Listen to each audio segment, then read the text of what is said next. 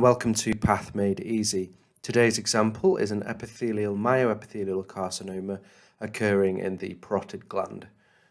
So on initial impression you can see that this tumour looks fairly well circumscribed and it's got this fibrotic periphery and some fibrous septae within it.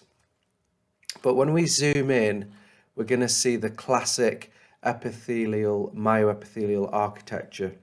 So essentially you get these inner luminal or epithelial cells which are quite basophilic, and then you get the outer myoepithelial or abluminal cells, and these clear cells on the outer edge are very, very typical of an epithelial myoepithelial carcinoma.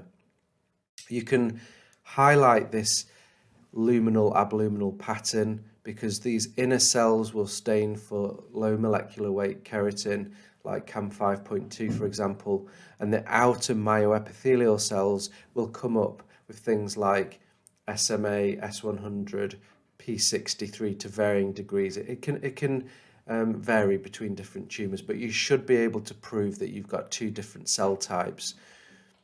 And we can see that those two cell types are forming almost duct-like structures. In other areas, it's kind of trabeculae and solid architectures that we're seeing.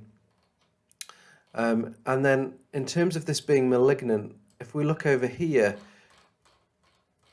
we can see that there are some serous acini and some striated ducts, and the tumour is growing all the way through that. There's also a little bit of adipose tissue, but the tumour is growing and pushing its way through the normal architecture. So don't be fooled by this apparently well circumscribed nature, because it is pushing and infiltrating through the adjacent gland. So just to highlight again, we can see this dark and light presentation, and this is because it's an epithelial myoepithelial carcinoma. I'd like to thank Pathogenesis for hosting the histology, and if you enjoyed this video, please don't forget to like and subscribe to our channel Path Made Easy.